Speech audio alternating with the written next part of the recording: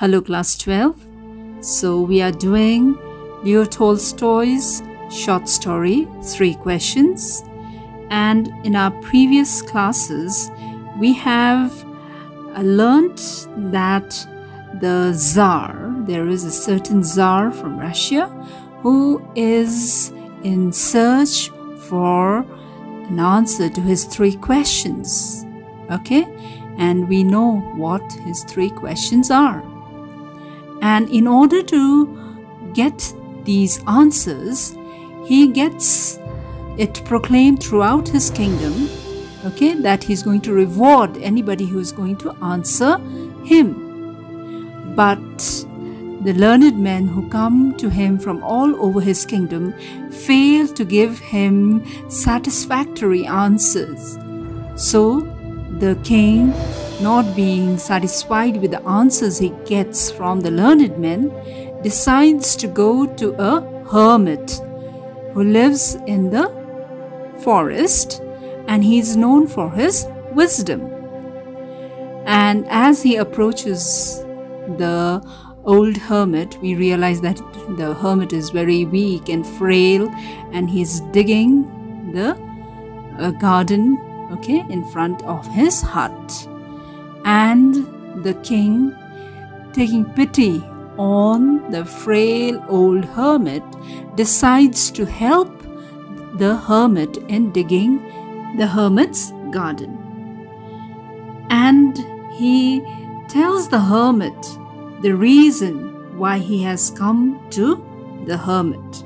And we all know he is here to know the answers to his 3 questions. But even after digging 2 beds for the hermit, and it's almost sundown, the hermit does not answer the king. So the king, maybe he gets impatient because soon it's going to be dark, right? And it's time for him to return to his palace. So he reminds the hermit that, "See, wise man, I had come to you for an answer to my questions, okay? And if you do not have any answers, tell me so. I'm going to return home. It's getting late, okay?" And as he's saying so, the hermit says, "There, somebody's running towards us. Let's see who it is," okay? And we realize that it is a bearded man who is wounded, and he comes running out of the wood, okay, nearby.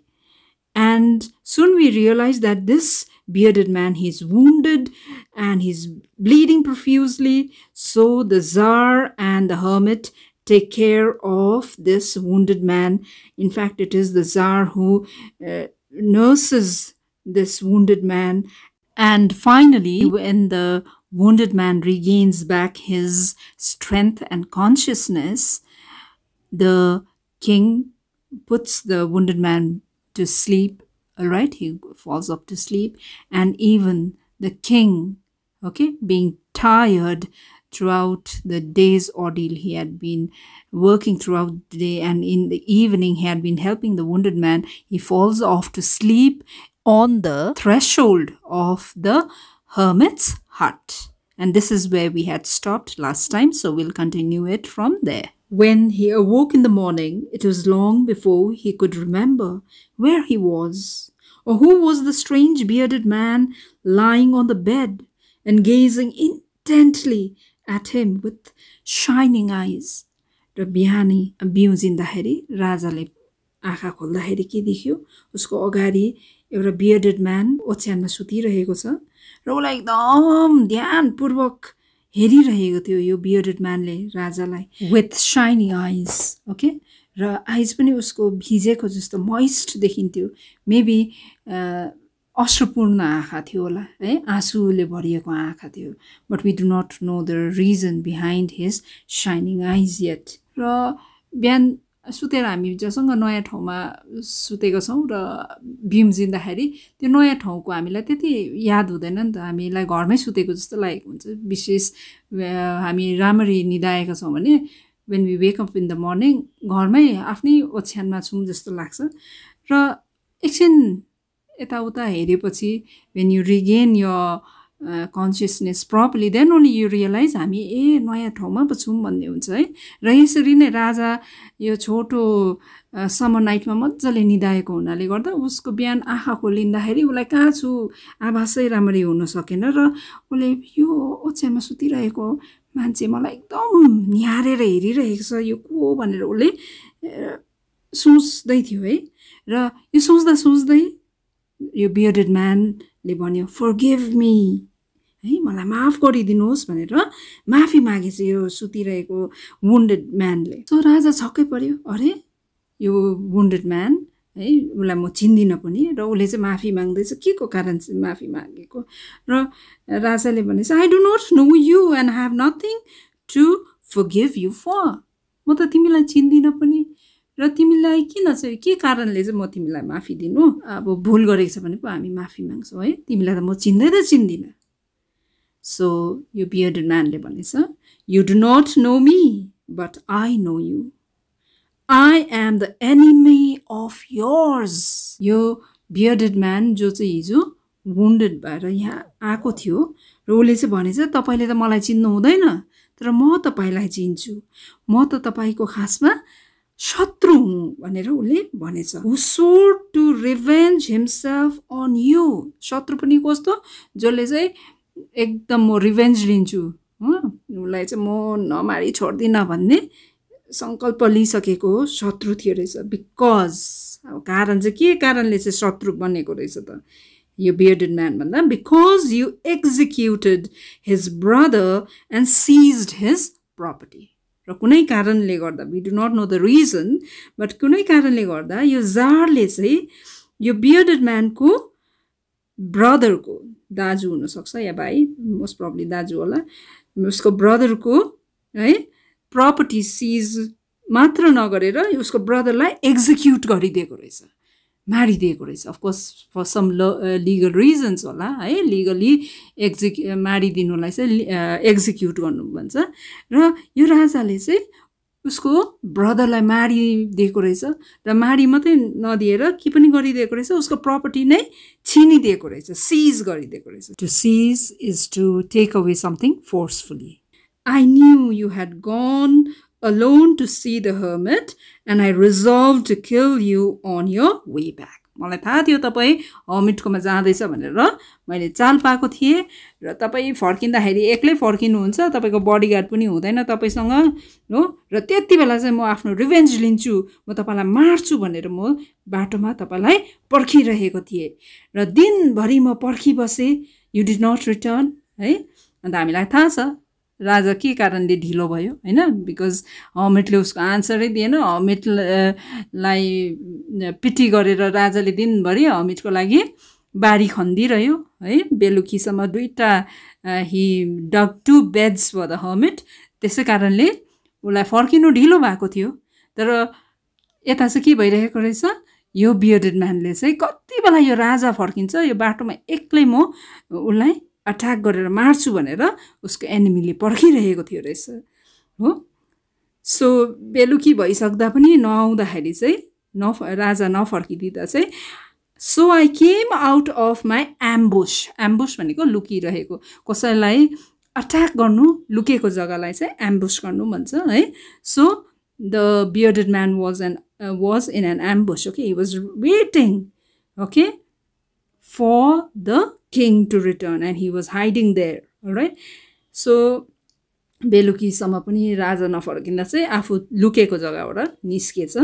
अन्त निस्किँदाखेरि he came upon the king's bodyguard, बडीगार्डहरू त्यही थियो है, बडीगार्डले भेटाएछ उसलाई and they recognise me and wounded me. र हिजो राति बेलुकी जब यो बियर्डेड म्यान यहाँ आइपुग्यो ऊ वुन्डेड थियो है, चोट लागेको थियो र चोट चाहिँ के कारणले लागेको रहेछ, त्यही राजाको बडीगार्डहरूले उसलाई चिनेर यो त राजाको एनिमी हो, शत्रु हो भनेर चाहिँ उसलाई अट्याक गरी मार्न खोज्दा चाहिँ ऊ वुन्डेड भएको थियो रहेछ है। र यो बियर्डेड म्यानले भनेछ म त जुन प्रकारले घाइते भएको थिएँ, ब्लिडिङ भएर नै म मर्ने थिएँ, यदि तपाईँले मलाई ड्रेसिङ गरेर है, मेरो नर्स गरेर चाहिँ मलाई मेरो वुन्डहरू सफा गरेर मलाई बचाउनु नभएको भए आज म साँच्चै नै मर्ने थिए। I wished to kill you, and you have saved my life.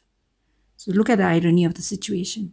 है यो bearded man ले चाहिँ राजालाई मार्न खोजेको थियो, तर त्यही मार्न खोजेको राजाले चाहिँ है आज गएर यो bearded man लाई बचाएको थियो। जानी जानी त हैन है, र पनि कुनै कारणवश है नजानी उले देखेर माया लागेर कुनै पनि घाइते मान्छे देख्दाखेरि हामीलाई के आउँछ फर्स्ट थट, अफ कोर्स यो मान्छेलाई हेल्प गर्नुपर्छ भन्ने है।